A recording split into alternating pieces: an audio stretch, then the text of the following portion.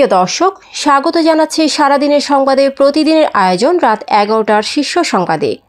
সারা বিশ্বের গুরুত্বপূর্ণ সব সংবাদের শিরোনাম জেনে নিন শুরুতেই।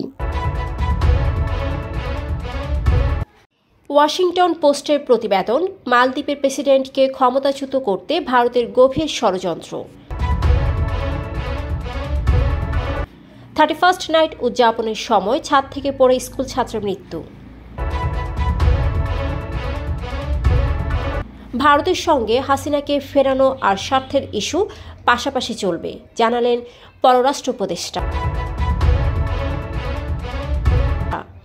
বিবিসি বাংলার খবর, হিন্দু নয়, শেখ হাসিনার পতনের পর মুসলিমই বেশি গেছেন ভারতে। নিজের মেয়াদকালের রাজনীতিতে নাক গলাবেন না সেনাপ্রধান।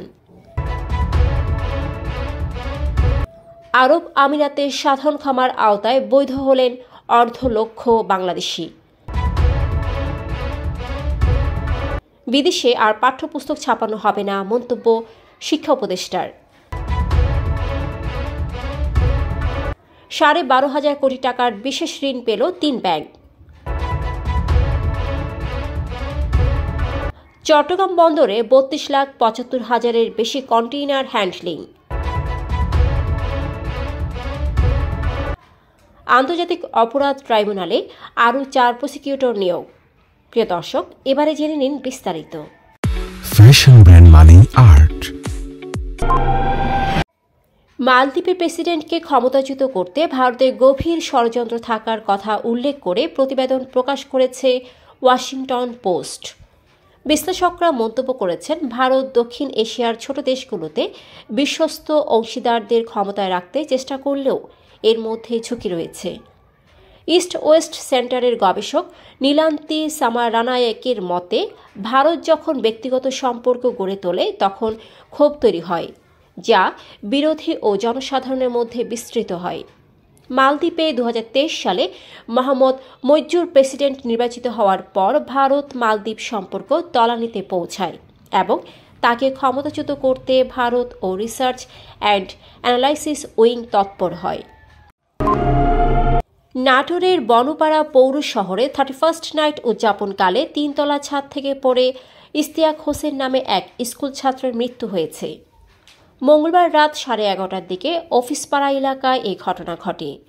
ইশতিয়াক বন্ধু অনির বাড়িতে 31st নাইট উদযাপন করতে গিয়ে 3 তলায় লাফ দিলে পা পিছলে নিচে পড়ে যান এবং পরে হাসপাতালে তাকে মৃত ঘোষণা করা হয়।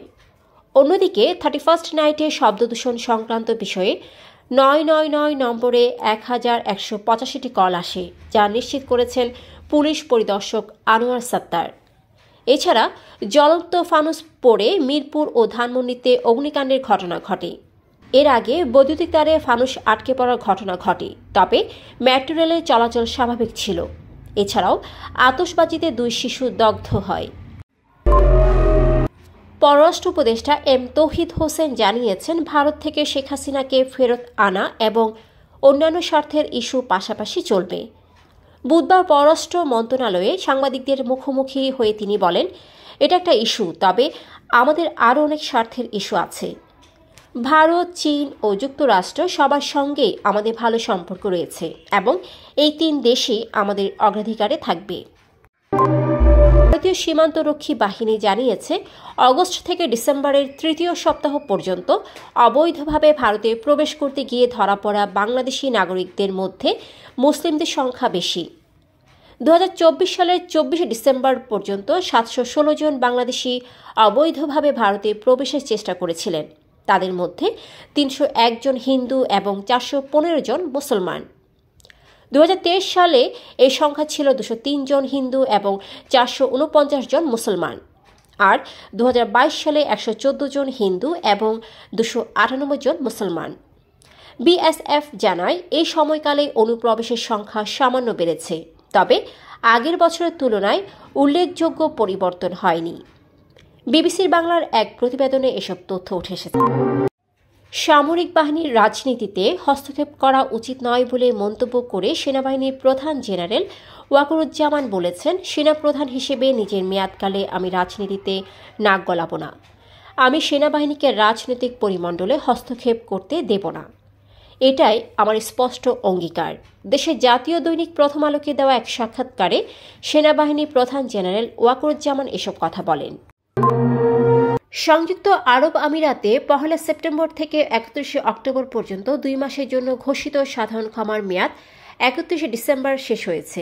এই সময়ে অবৈধ অভিবাসীরা বিনা জরিমানা বা জেল ছাড়াই দেশত্যাগ বা অবস্থান বৈধ করতে পারছিলেন। স্থানীয় কর্তৃপক্ষ ও ওয়াকিবহাল মহলের মতে আমিরাতে তৃতীয় অবস্থানে থাকা বাংলাদেশিদের মধ্যে অবৈধ অবস্থানকারীর সংখ্যা বেশি। যদিও এবারের সাধারণ ক্ষমায় আশানুরূপ সাড়া পাওয়া যায়নি, তবুও কমপক্ষে 1.5 লক্ষ বাংলাদেশি সাধারণ ক্ষমার সুযোগ নিয়ে তাদের অবস্থান বৈধ করেছেন বলে ধারণা করা হচ্ছে। শিক্ষা উপদেষ্টা ওয়াহিদ উদ্দিন মাহমুদ জানিয়েছেন, এনসিটিবির অধীনে শিক্ষার্থীদের জন্য বিনামূল্যে বিতরণ করা পাঠ্যপুস্তক এখন থেকে আর বিদেশে ছাপানো হবে না। বুধবার রাজধানীর আন্তর্জাতিক মাতৃভাষা ইনস্টিটিউটে পাঠ্য বইয়ের অনলাইন সংস্করণ উদ্বোধন অনুষ্ঠানে তিনি বলেন, বই ছাপানোর ক্ষেত্রে বাণিজ্যিক স্বার্থের পরিবর্তে স্বচ্ছতা ও সুশৃঙ্খলতা বজায় রাখা হবে। এছাড়া উন্নতমানের কাগজ, ছাপা ও মলাট নিশ্চিত করে সব বই দেশে ছাপানোর উদ্যোগ নেওয়া হয়েছে। বাংলাদেশ ব্যাংক বিদায়ী বছরের আর্থিক হিসেব ভালো দেখাতে বেসরকারি খাতের 3 ব্যাংক ইসলামী ব্যাংক, ন্যাশনাল ব্যাংক ও এবি ব্যাংকে 12,500 কোটি টাকা ধার দিয়েছে। এই টাকা দিয়ে ব্যাংকগুলো 31 ডিসেম্বরের চলতি হিসেবের ঘাটতি পূরণ করে এবং উদ্বৃত্ত দেখায়। বাংলাদেশ ব্যাংক সংশ্লিষ্টরা জানান, এই টাকা বুধবার ফেরত দেওয়া হবে। এছাড়া আলাদা করে এবি ব্যাংকে 200 কোটি টাকা তারল্য সহায়তা দেওয়া হয়েছে। 2024 সালে চট্টগ্রাম বন্দর 3.27 মিলিয়ন TEUs কন্টেইনার হ্যান্ডলিং করেছে এবং 123 million metric ton cargo handling হয়েছে। জাহাজ হ্যান্ডলিং করেছে 3,867টি। 2023 সালের তুলনায় কন্টেইনারে 7.42% এবং কার্গোতে 3.11% প্রবৃদ্ধি হয়েছে। বন্দর chairman rear admiral SM Moniruzzaman বুধবার এই তথ্য নিশ্চিত করে জানান, 2024 সালে চট্টগ্রাম বন্দর সর্বোচ্চ কন্টেইনার ও কার্গো হ্যান্ডলিংয়ের রেকর্ড সৃষ্টি করেছে। মোট 32,75,627 TEUs কন্টেইনার ও 12,39,614 টন কার্গো হ্যান্ডলিং হয়েছে। এছাড়া বহির্নোঙরে জাহাজের গড় অপেক্ষার সময় একদিনে নেমে এসেছে। আন্তর্জাতিক অপরাধ ট্রাইব্যুনালের রাষ্ট্রপক্ষের আইনজীবী হিসেবে আরও 4 জনকে নিয়োগ দিয়েছে সরকার। তাদের মধ্যে 1 জনকে অতিরিক্ত অ্যাটর্নি জেনারেল পদমর্যাদা, 2 জনকে ডেপুটি অ্যাটর্নি জেনারেল পদমর্যাদা ও 1 জনকে সহকারী অ্যাটর্নি জেনারেলের পদমর্যাদা দেওয়া হয়েছে। বুধবার 4 জনকে প্রসিকিউটর হিসেবে নিয়োগ দিয়ে প্রজ্ঞাপন জারি করেছে আইন মন্ত্রণালয়। অবিলম্বে এই আদেশ কার্যকর হবে বলে জানানো হয়েছে। দর্শক, এতক্ষণ আমাদের সাথে থাকার জন্য ধন্যবাদ।